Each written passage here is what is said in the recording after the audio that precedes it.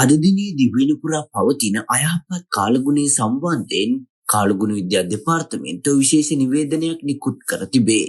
එහි දැක්වෙන්නේ මධ්‍යම සබරගමුව දකුණු බස්නාහිර සහ ඌව පළාත්වලත් අම්පාර සහ මඩකලපුව දිස්ත්‍රික්කවලත් අද සවස් කාලයේදී හෝ රාත්‍රී කාලයේදී තැනින් තැන වැසි හෝ ගිරුම් සහිත වැසි ඇතිවිය හැකි බවයි.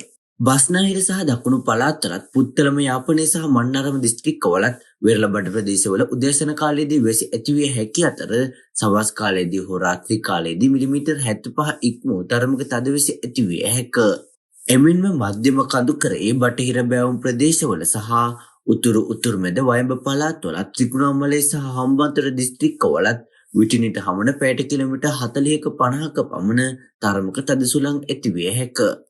ගිගුරුම් සහිත වැස් සමග ඇතිවිය හැකි තාවකාලික තද සුළං වලින් සහ අකුණු මගින් සිදුවන අනතුරු අවම කර ගැනීමට අවශ්‍ය පියවර ගන්නා ලෙස කාලගුණ විද්‍යා දෙපාර්තමේන්තුව මහජනතාවගෙන් ඉල්ලා සිටී.